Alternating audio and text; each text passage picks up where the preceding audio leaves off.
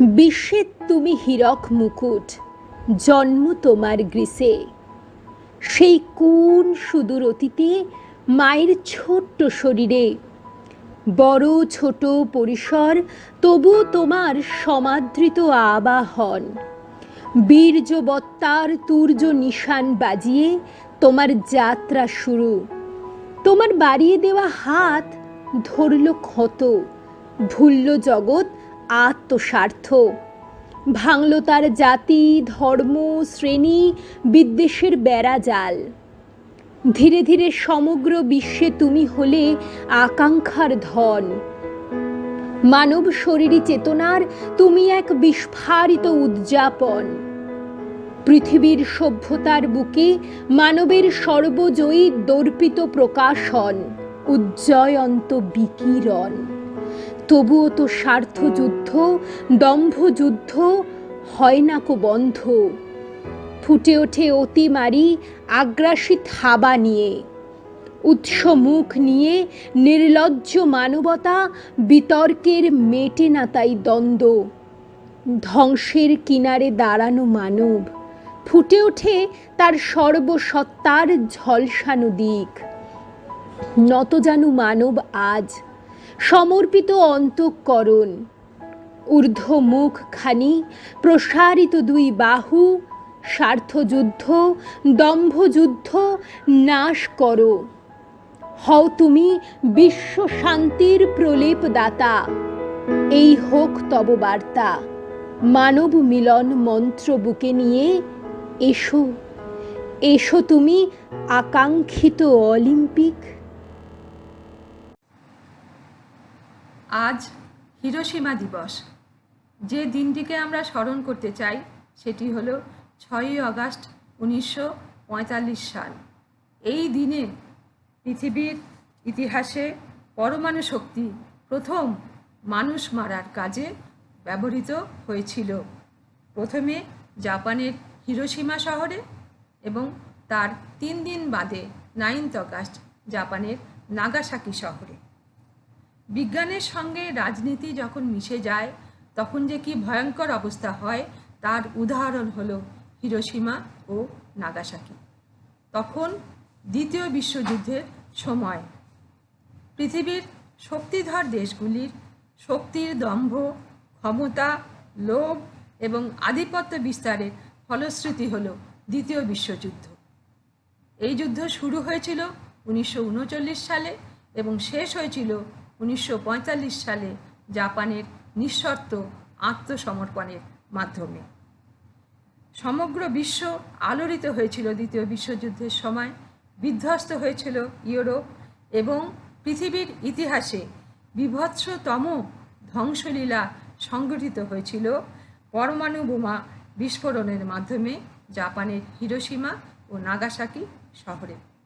মারা যান 1.5 লক্ষাধিক মানুষ, প্রতিবন্ধী হয়ে যান আরও 3 লক্ষাধিক মানুষ এবং জিনগত রোগে আক্রান্ত হন জাপানের অধিকাংশ মানুষ। এই ঘটনা সংঘটিত হয়েছিল আমাদের 2 প্রজন্ম আগে। সাধারণত এক প্রজন্মের অভিজ্ঞতা পরবর্তী প্রজন্মে পৌঁছায় না, যদি না তা সুচিন্তিতভাবে, সুলিখিতভাবে এবং সচেতনভাবে পরবর্তী প্রজন্মের কাছে পৌঁছে দেওয়া না হয়। প্রতিটি প্রজন্মকে নতুন করে শিক্ষা অর্জন করতে হয় তার পূর্ববর্তী প্রজন্মের ভুলগুলি থেকে। এই অভিজ্ঞতাবাদী মানব জাতির ভবিতব্য।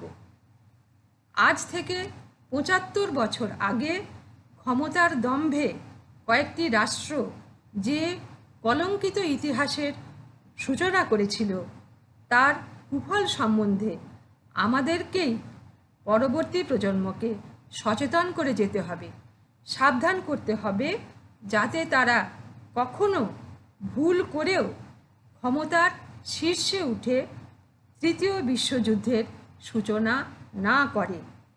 প্রতি মুহূর্তে এই সতর্কবার্তাই আমরা বিশ্ববাসীর কাছে পৌঁছে দিতে চাই। আজকের দিনে এইটাই আমাদের শপথ। আপনাদের সবাইকে আমার নমস্কার।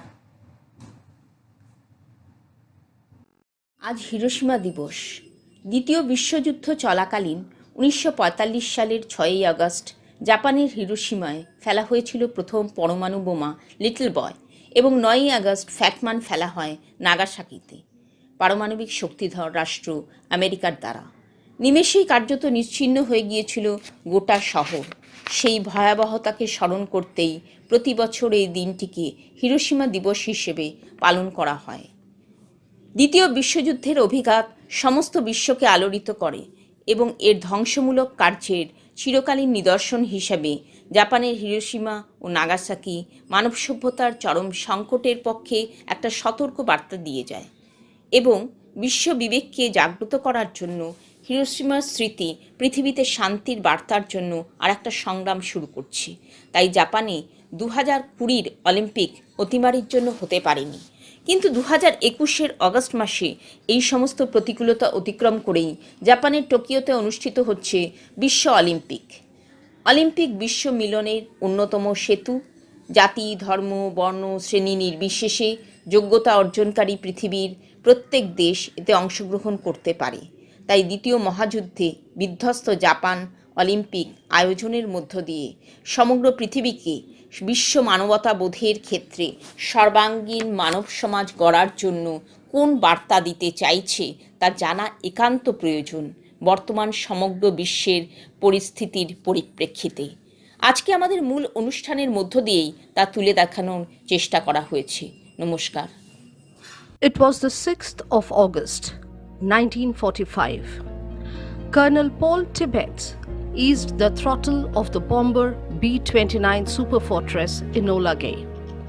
The aircraft picked up speed and lifted off into the dark night sky from the Tinian Air Base, a small North Pacific island dotting the Pacific Ocean 1,500 miles south of Japan. In the cargo bay of the bomber aircraft sat a 10-foot tall metal structure codenamed the Little Boy, the first ever atom bomb, with 64 kilogram uranium-235 at its core. 15 minutes into the flight, Captain William S. Parsons started arming the device. The final countdown of a highly secret mission was on, a mission to test the destructive power of an atomic device.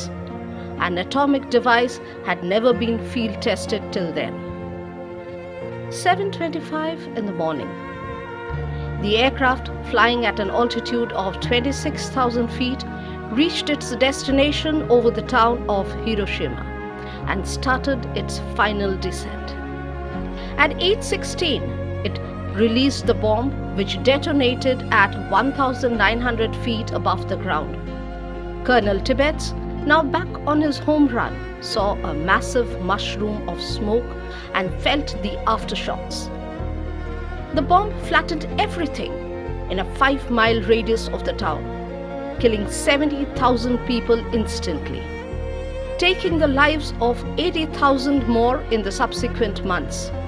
The destructive power of bombs is expressed in terms of TNT. 1 kg of TNT can destroy everything in a 6 by 6 feet room. 1,000 kilograms make a ton. The Hiroshima blast had a power of 20,000 tons of TNT. Tsutomu Yamaguchi, an employee of the Mitsubishi Heavy Industry, was on a business trip to Hiroshima and sleeping comfortably in a guest house that fateful day when the atomic bomb fell barely 2 kilometers away from the epicenter of the blast.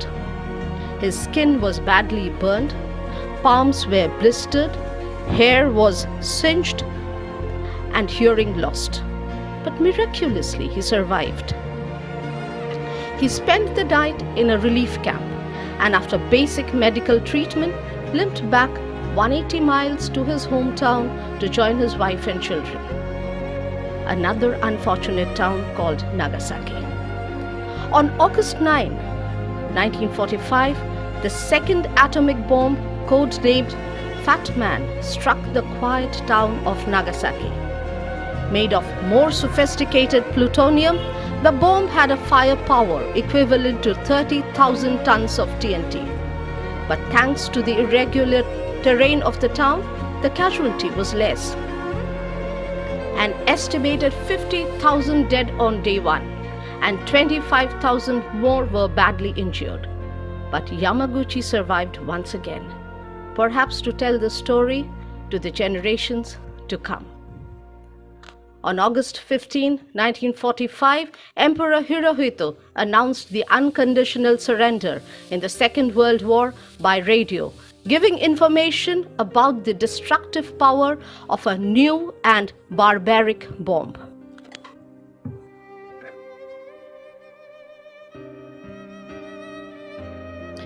The monstrosity of the attack shamed humanists in the US as well. Dr. Oppenheimer realized with horror the outcome of the Manhattan Project. A year later, a Washington Post Society page published a photograph of Operation Crossroads commander Vice Admiral William H.P. Blandy cutting into a cake designed to resemble an atomic explosion. Ashamed and shocked at the publication, Reverend Arthur Powell Davis, who was the minister of the Unitarian All Souls Church at Harvard Street in Washington, D.C., delivered the very famous Lest the Living Forget sermon to his congregation on Sunday, November 10, 1946. He says, "If I spoke as I feel, I would call it obscene. I do not blame the newspaper for printing the picture or the photographer for taking it. What fills me with bitterness is the fact that such an event could take place at all. It is a picture of two naval officers and a beautiful lady. They are in the act of cutting what is called an atom bomb cake. And it is indeed a cake shaped in the form of an atomic explosion. The captain says it is made of angel food. I do not know how to tell you what I feel about the picture. I only hope to God it is not printed in Russia to confirm everything the Soviet government is telling the Russian people about how American degenerates are able to treat with levity the most cruel, pitiless, revolting instrument of death ever invented by man. How would it seem in Hiroshima or Nagasaki to know that Americans make cakes of angel food puffs in the image of that terrible diabolical thing that brought sudden death to thousands of their friends and a lingering loathsome death to thousands of others? It is a crime against whatever may be left of decency here in America, to do this incredible thing. It is the most corrupt and rotten thing I have seen in 18 years of living in this land that I love, and which to me is the only hope for the human future of this globe. The naval officers concerned should apologize to the armed service of which they are a part and to the American people. No apology would be sufficient to efface what it may mean to the people of the world. If you do not understand this, may God awaken you. Try to imagine yourself for a moment at least, a continental European, wondering, brooding, asking yourself 100 times a day, will America lead us? Is there enough decency left in the world, enough conscience left in America to lead us back to hope, back to liberty, back to being human beings again? Try to imagine yourself day by day appealed to by Soviet propaganda, but still hoping, still having faith in America. In America, the one great free country, the one land where war has not brutalized the people, faith in America? Try to imagine yourself half starved, half dehumanized, but holding on to this faith. Then imagine yourself being shown this picture.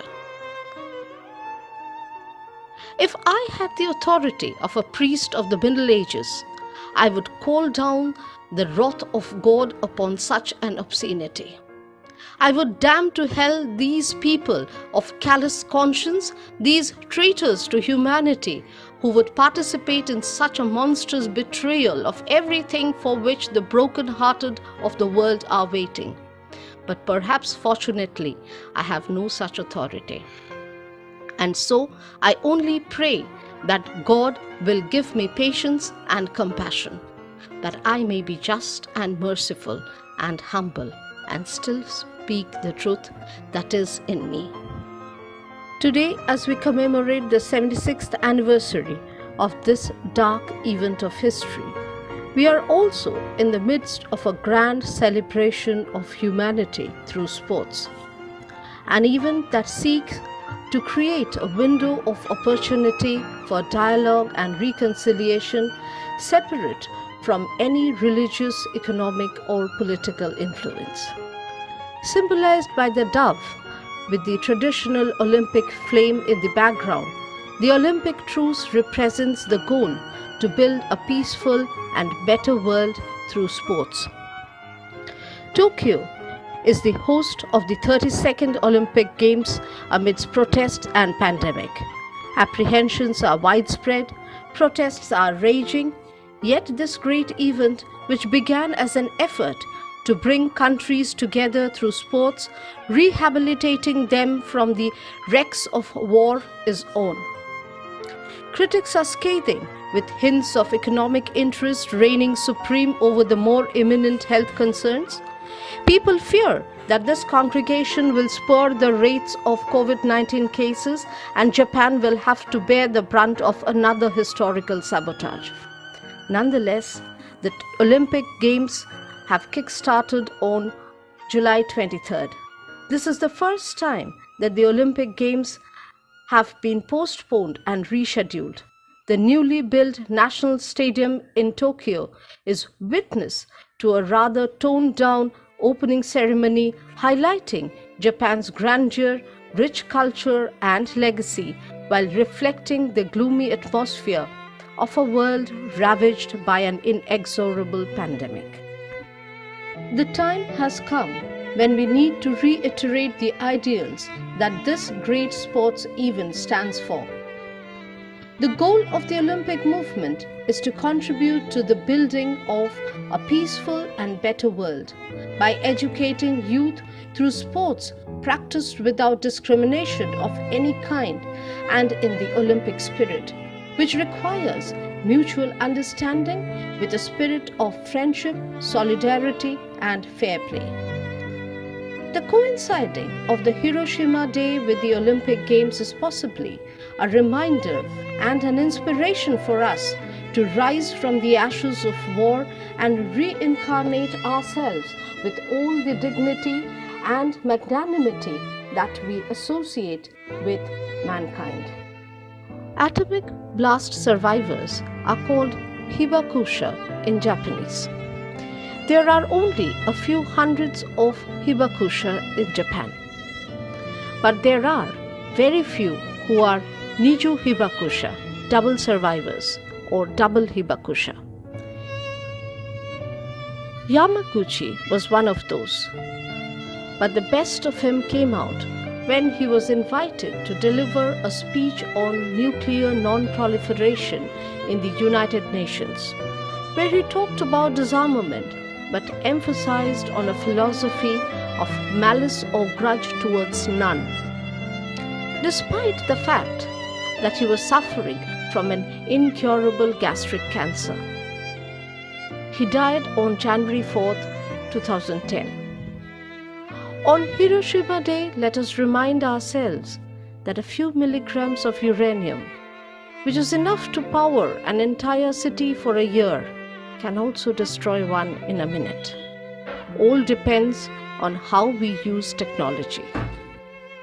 But let us also not forget the strength of the human mind that can fight the worst of technological catastrophes, an infinite hibakusha, the Yamaguchi hallmark.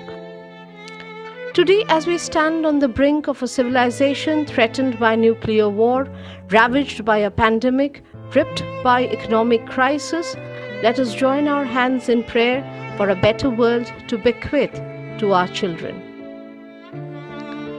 Like most scars, the ones that are found in Hiroshima and Nagasaki are permanent.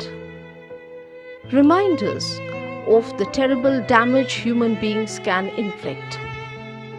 Similar scars can be found in the hearts and souls of people around the world who understand this terror. Scars of grief, sadness, fear, and even shame. None of these scars promise an end to war and devastation. Instead, they serve as a reminder of healing and renewal, of a return to life.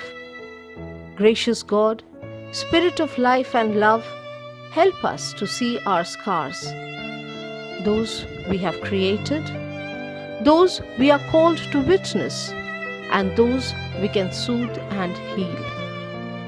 We are deeply grateful for the buds and blossoms that even the most scarred offer as a revelation to the world, and especially on this 76th anniversary of Hiroshima Day, we renew our commitment to peace individually, collectively, and globally.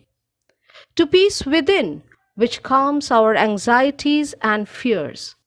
To peace between, which overcomes differences, animosities, and conflict. And to the great peace beyond even our understanding, that is your gift and which we attempt to be stewards of for the world. Amen. আজ Hiroshima দিবস 6ই August.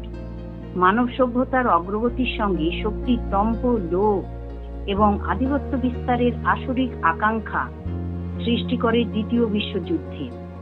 দ্বিতীয় বিশ্বযুদ্ধ শুরু হয় 1939 সালে এবং শেষ হয় 1945 সালে জাপানের নিঃশর্ত আত্মসমর্পণে।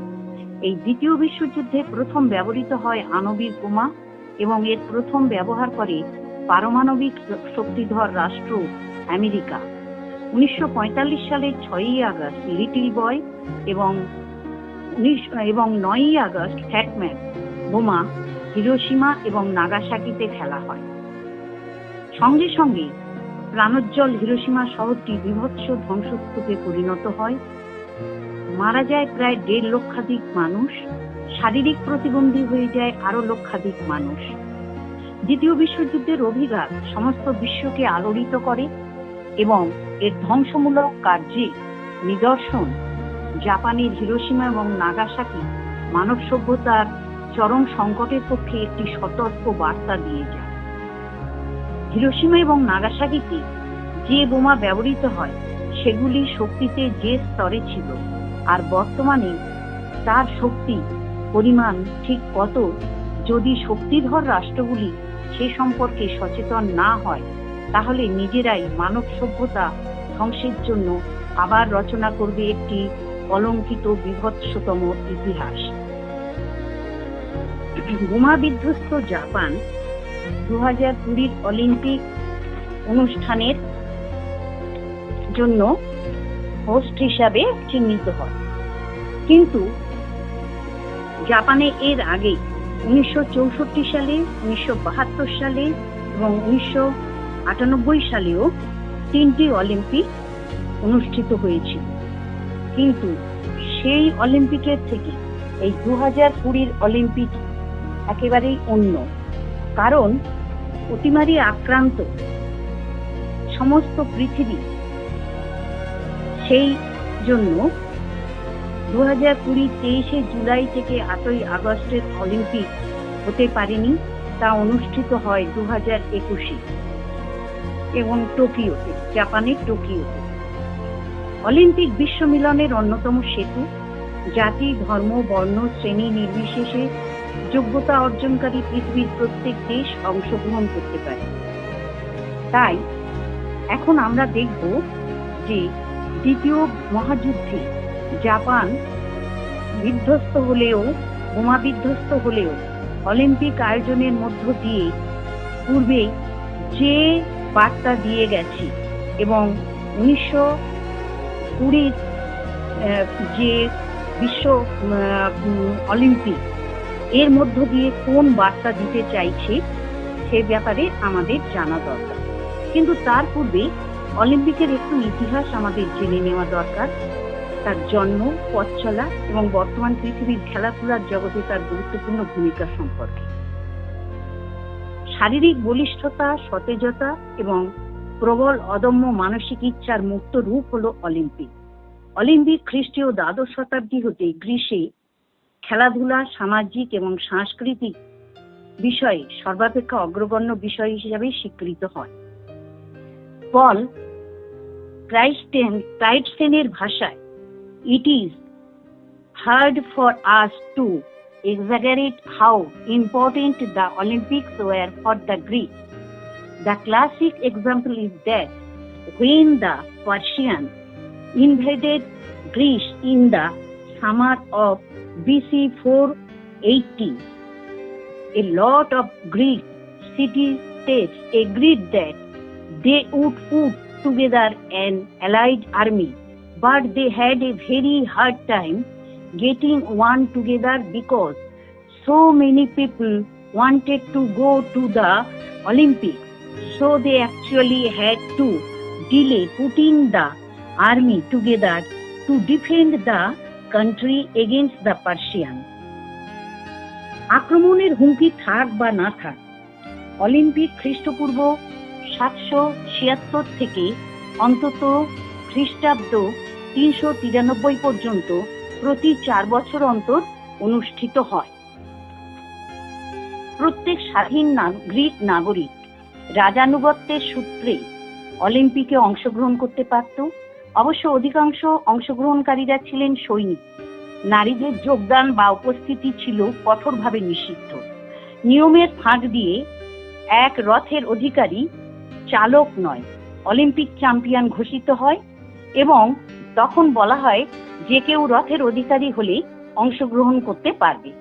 এর ফলে কিনিস্কা, যিনি ছিলেন এক স্পার্টার রাজার কন্যা, তিনি এই সুযোগের সদ্ব্যবহার করে জয়মাল্য লাভ করেন খ্রিস্টপূর্ব 396 থেকে 392 অব্দ পর্যন্ত।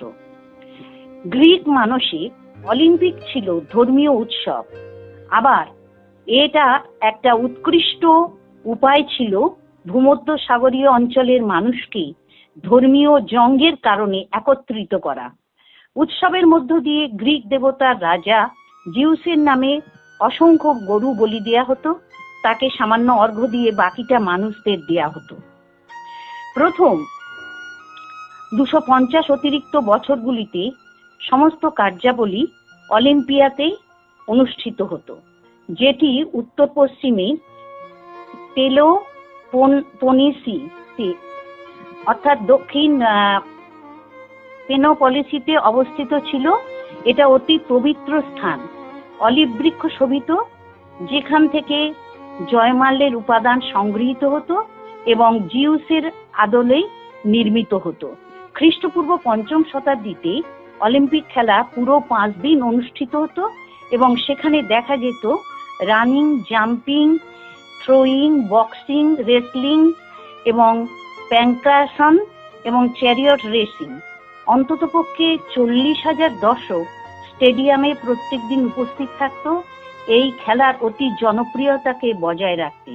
খ্রিস্টীয় 2য় শতাব্দীতে দেখা যায় অনেকেই তাদের যুদ্ধের সরঞ্জাম বাইরে বিক্রি করে দিয়েছে। যোগদানকারীদের 10টি নিয়ম কঠোরভাবে পালন করতে হতো। অলিম্পিক খেলা সব সময়ের জন্য উচ্চ মর্যাদায় প্রতিষ্ঠিত, যার প্রমাণ খ্রিস্টীয় 12 শতাব্দী হতে পাওয়া যায়। শরীরী বলিষ্ঠতা, প্রতিযোগী মনোভাব এবং অসাধারণ আকাঙ্ক্ষার অধিকারী ব্যক্তিত্বরা জনসাধারণের চোখে স্মরণীয় নায়ক হিসাবে স্বীকৃত হয়, যা গ্রিক মিথোলজিতে দেখা যায়। পবিত্র স্থানে সাধারণত ধর্মীয় অনুষ্ঠানগুলি পালন করা হয় এবং সেখানেই প্রাচীনকালে খেলাধুলার স্থানও নির্বাচিত হয়। ফলে অলিম্পিয়া ছিল গ্রিকের সভ্যতার কেন্দ্রবিন্দু। অবশ্য সময়ের পরিবর্তনের সঙ্গে সঙ্গে অলিম্পিকের অন্তর্বর্তী দৃষ্টিভঙ্গিরও পরিবর্তন হয় খেলাধুলার চর্চা বেড়ে যাওয়ার জন্য। প্রাচীন অলিম্পিক খেলা দেখার দর্শকদের দৃষ্টিভঙ্গি কেমন ছিল? দর্শকরা বীরত্বব্যঞ্জক খেলার বেশি তৃপ্তি বোধ করত, যা অনেক সময় নিষ্ঠুরতার চূড়ান্ত নিদর্শন ছিল। অলিম্পিক প্রতিযোগীদের আচরণে বীরত্ব প্রদর্শনের এক উজ্জ্বল জ্বলন্ত ভাব প্রদর্শিত হতো। বিজয়ীরা জনতাকে প্রদক্ষিণ করে তাদের সাফল্যের আনন্দ প্রকাশ করত এবং অলিম্পিক জয় তাদেরকে অমরত্ব দেয়। সর্বাপেক্ষা সফল বিজয়ী তার বিজয়ের চিহ্ন পবিত্র অলিম্পিয়া উপত্যকায় রেখে যেত। আবার অনেকে নিজেদের অসাধারণ কৃতিত্বের স্বাক্ষর হিসাবে লিজেন্ডে বা কিংবদন্তিতে পরিণত হয়। এমনকি বর্তমানের অলিম্পিকের পরিপ্রেক্ষিতে যেমন নুরমি, জ্যাক পেক বা লিউইস এরা বিখ্যাত হয়ে আছে। অলিম্পিক খেলা প্রাচীন গ্রীসে প্রায় 3000 বছর আগে প্রথম অনুষ্ঠিত হয় এবং তারপর পরিবর্জন ও সংশোধনের মধ্য দিয়ে 19 শতকে সারা পৃথিবীতে ছড়িয়ে পড়ে এবং বিশ্বের সর্বাপেক্ষা গৌরবময় স্মরণীয় খেলাধুলার প্রতিযোগিতা হিসাবে স্বীকৃত হয়। খ্রিস্টপূর্ব 8ম শতাব্দী থেকে খ্রিস্টীয় 4র্থ শতক পর্যন্ত এই খেলাটি প্রতি 4 বছর অন্তর প্রতিষ্ঠিত হয় এবং অলিম্পিয়াতে, যেটি অবস্থিত উত্তর পশ্চিম পেলোপোনেসি পেনিনসুলাতে, গ্রিকদের প্রধান দেবতা জিউসের শ্রদ্ধা জ্ঞাপনের জন্য। প্রথম আধুনিক অলিম্পিক অনুষ্ঠিত হয় 1896 সালে গ্রিসের এথেন্সে।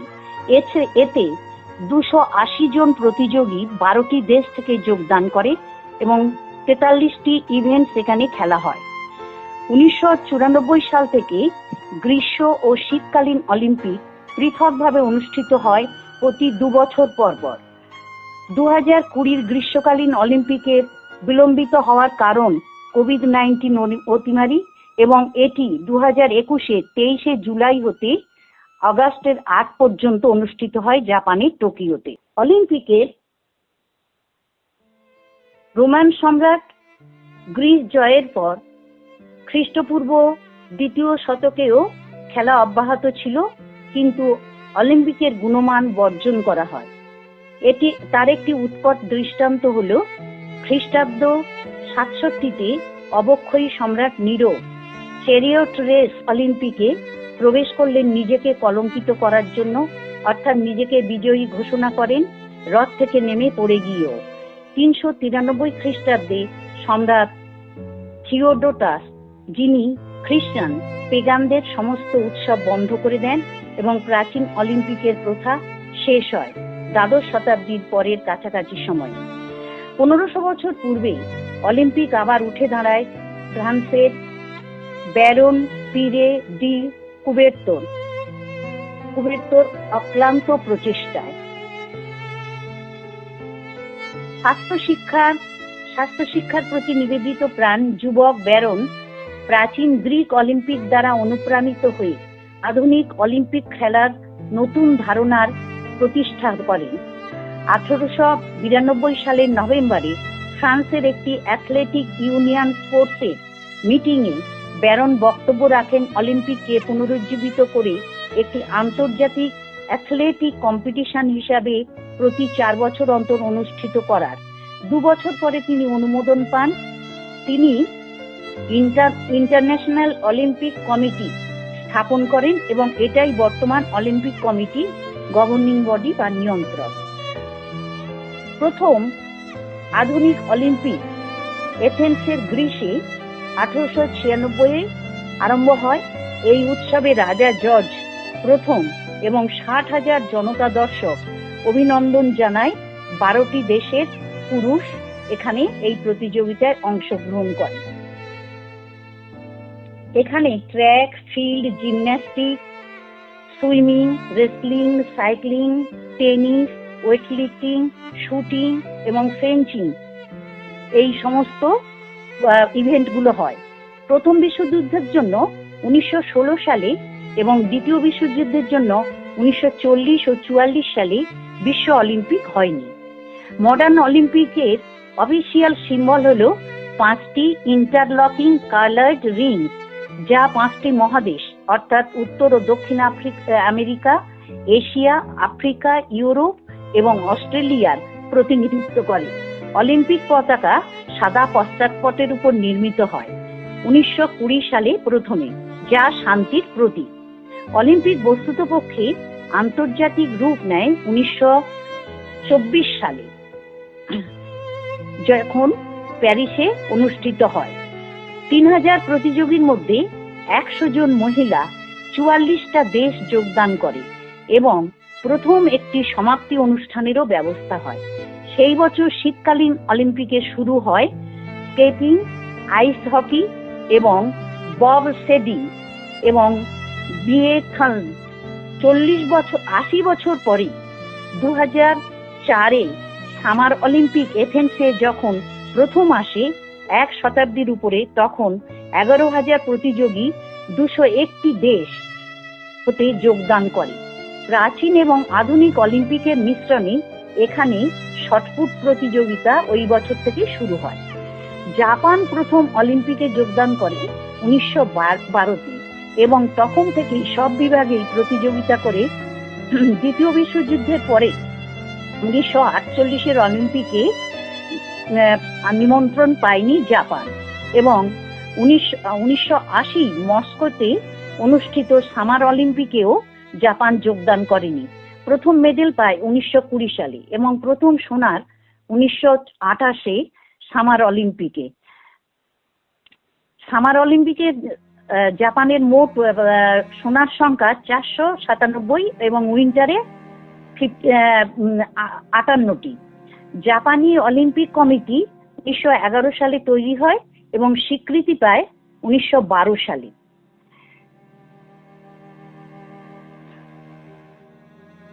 ইন্টারন্যাশনাল অলিম্পিক কমিটি সক্রিয়ভাবে প্রতিযোগীদের স্বার্থকে রক্ষা করা, সুযোগ দেওয়া, শান্তিপূর্ণ উপায়ে এবং পৃথিবীর সমস্যাকে কূটনৈতিকভাবে সমাধান করার দিকে নজর দেয়। ইন্টারন্যাশনাল অলিম্পিক ট্রুথ ফাউন্ডেশনের উদ্দেশ্য হল রাজনৈতিক নেতৃত্বদের শান্তির অনুকূলে কাজ করানো, খেলা ও শান্তির জন্য কনফারেন্স করা, যুব সমাজকে অলিম্পিক সম্পর্কে উৎকর্ষ ভাবনার কথা চিন্তা করার সুযোগ দেওয়া, শান্তির সপক্ষে বিশেষ করে ইউনাইটেড নেশনের সঙ্গে সম্পর্ক গড়ে তোলা, শিক্ষাগত এবং গবেষণাক্রম গড়ে তোলা, অলিম্পিককে যুদ্ধবিরতি থেকে বিরত থাকার জন্য। এছাড়া একটা নতুন দরজা খোলার দরকার মানসিক মিলনের ক্ষেত্রে, যেটা ধর্মীয়, অর্থনৈতিক ও রাজনৈতিক দিক থেকে যেন ভিন্ন হয়। অলিম্পিকের সিম্বল হলো পায়রা, অর্থাৎ এই সংকেত ব্যবহার করা। ইন্টারন্যাশনাল অলিম্পিক কমিটির উদ্দেশ্য হলো এক শান্তিপূর্ণ পৃথিবী নির্মাণ করা এবং খেলাধুলার মাধ্যমে পৃথিবীকে এক জায়গায় আনা।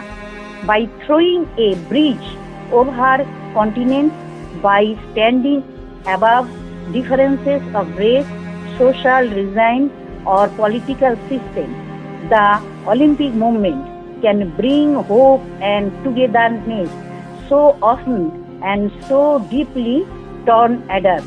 এই কথা যিনি বলেছেন তিনি হলেন ইন্টারন্যাশনাল অলিম্পিক কমিটির প্রেসিডেন্ট জ্যাকুইস রেগি। এখন প্রশ্ন হলো যে জাপান 2021-এ জাপানের এই যে টোকিওয় অনুষ্ঠিত অলিম্পিকে এর গুরুত্ব কোথায় এবং এই ব্যাপারে জাপানের কি মনোভাব। আজকে টোকিও অলিম্পিকের সময় থেকে যদি আমরা দেখি 100 বছর আগে অ্যান্টওয়ার্প অলিম্পিক নিয়ে ভাবতে বসলে দুইয়ের মধ্যে তুলনা আশা করা যায়। টোকিও 2021-এর অলিম্পিকের আসর যেমন চূড়ান্ত ব্যতিক্রমী, এ শতকের ভয়ঙ্করতম অতিমারির মেঘে ঢাকা, 1 বছর বিলম্বিত, অনেকটা তেমনই ছিল 1920 অ্যান্টওয়ার্প অলিম্পিক। তবে তা অনুষ্ঠিত হয়েছিল সময় মতো।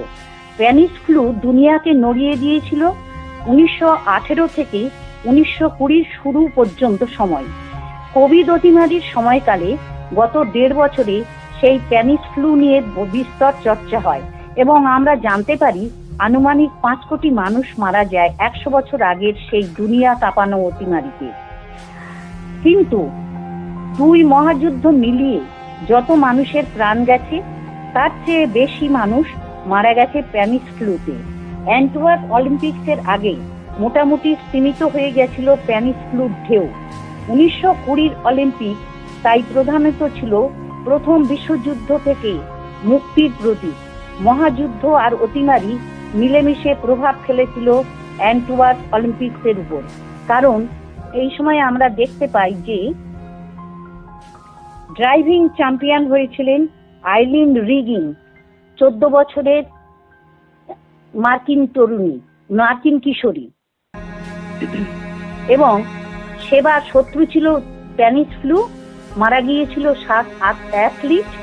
এবার কোভিড অলিম্পিক পিছিয়ে দিল 1 বছর।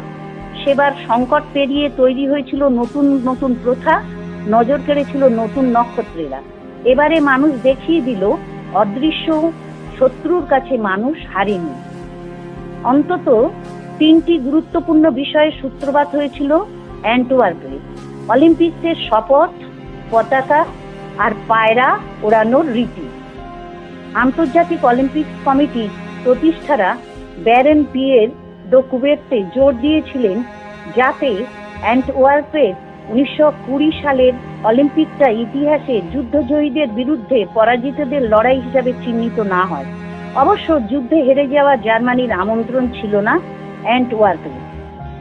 2 মহাযুদ্ধের জন্য 3টে অলিম্পিক বাতিল হলেও কোনো অলিম্পিক কিন্তু পিছিয়ে গিয়ে অনুষ্ঠিত হয়নি এতদিন। গত বছর নজিরবিহীনভাবে টোকিও অলিম্পিক পিছিয়ে দেওয়া হয় 1 বছরের জন্য।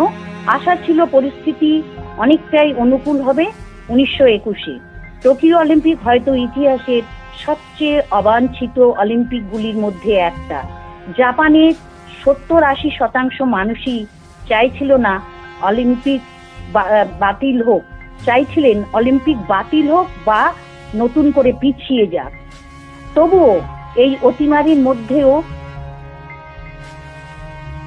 টোকিওর অলিম্পিক অনুষ্ঠিত হলো এবং এই টোকিওর অতিমারির দাপটে দুনিয়ার প্রেক্ষিতে আদর্শকে নতুন ছাঁচে ফেলতে আন্তর্জাতিক অলিম্পিক সংস্থা তাদের সমস্ত উদ্যোগ নেয়। যোগ করেছে এক নতুন শব্দ, কমিউনিস্ট বা টুগেদার। একতা উদ্দীপ্ত এই নতুন অলিম্পিক মন্ত্র আন্তর্জাতিক স্তরে টোকিও অলিম্পিকের ঐতিহ্য হয়ে উঠতে পারবে কিনা তা সময়ই বলবে। তবুও বলা যায়, মানুষের বিজয় নির্দেশ করতে না পারলেও নিশান ওড়ায় মানুষের অদম্য মানসিকতা, এবং সেটাই টোকিও অলিম্পিক আমাদের দেখিয়ে দিল।